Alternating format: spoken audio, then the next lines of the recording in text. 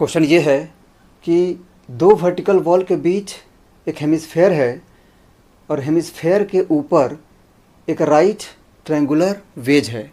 System equilibrium में है, तो फाइंड करना है कि वर्टिकल वॉल हेमिस्फेयर पर कितना फोर्स अप्लाई कर रहा है। दोनों का मास गिवन है और फ्रिक्शन एब्सेंट है, there is no friction anywhere. तो इसको प्रोसीड करते हैं। तो हेमिस्फेयर और वेज दोनों इस पॉइंट पर एक दूसरे के कांटेक्ट में हैं, तो कंफर्म है कि इसी पॉइंट पर दोनों एक दूसरे पर नॉर्मल कांटेक्ट फोर्स अप्लाई करेंगे और जो नॉर्मल कांटेक्ट फोर्स होगा वो हेमिस्फेयर के रेडियस के अलोंग होगा। ठीक है, तो ये हेमिस्फेयर का रेडियस है और इसी लाइन के अलोंग वेज और हेमिस्फेयर एक दूसरे पर नॉर्मल कांटेक्ट फोर्स अप्लाई करेंगे।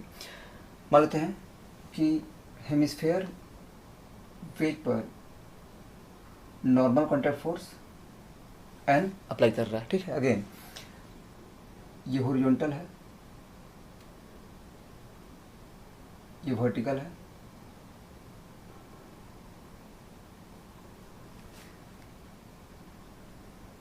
तो क्या करते हैं कि इस पॉइंट को हेमिस्फेयर के सेंटर से ज्वाइन करते हैं। ठीक है,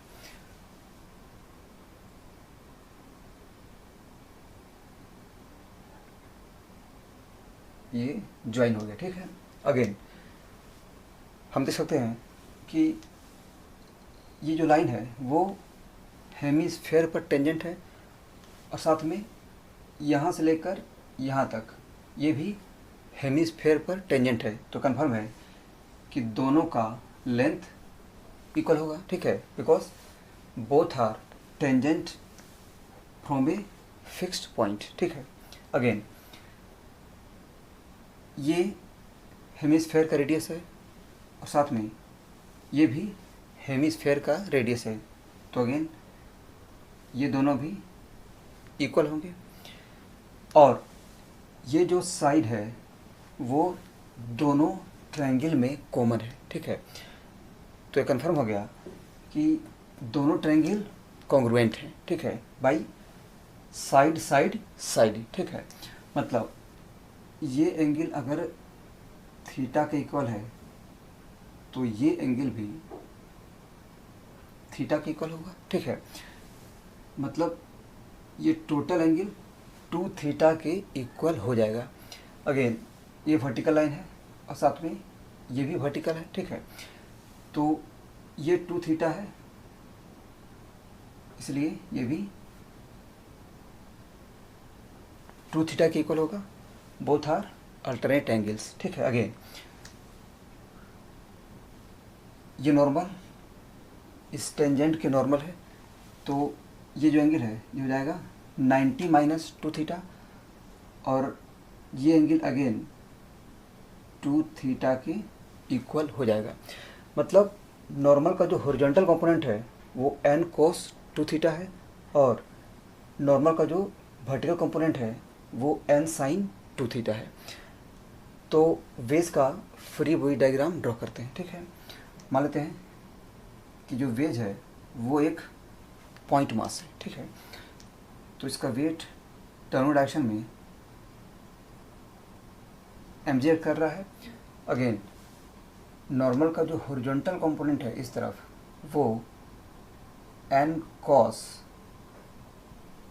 2 थीटा के इक्वल है और नॉर्मल का जो वर्टिकल कंपोनेंट है वो n sin 2 थीटा के इक्वल है। अगेन मान लेते हैं कि जो वर्टिकल वॉल है वो वेज पर net horizontal force n dash apply कर रहा है और जो n डैश है वो इस डायरेक्शन में होगा। ठीक है, तो n डैश इसके इक्वल होगा और mg इसके इक्वल होगा। ठीक है, सो वी हैव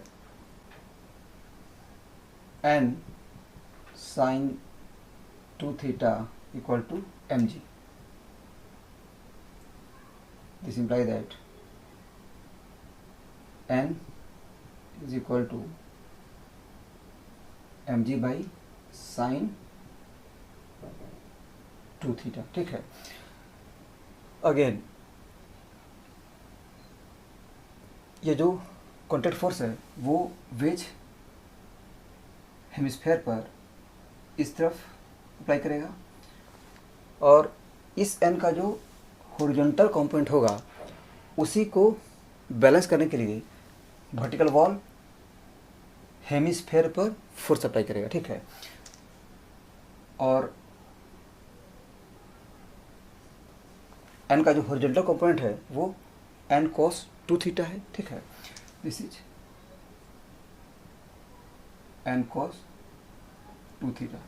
तो कंफर्म है कि वर्टिकल वॉल अगर हेमिस्फेयर पर F फोर्स अप्लाई कर रहा है then we have F equal to n cos 2 theta. ठीक है, so F must be equal to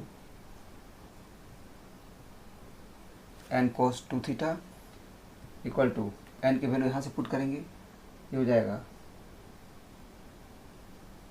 mg by tan 2 theta. ठीक है, तो अब थीटा की वैल्यू इसमें पुट करनी है। ठीक है,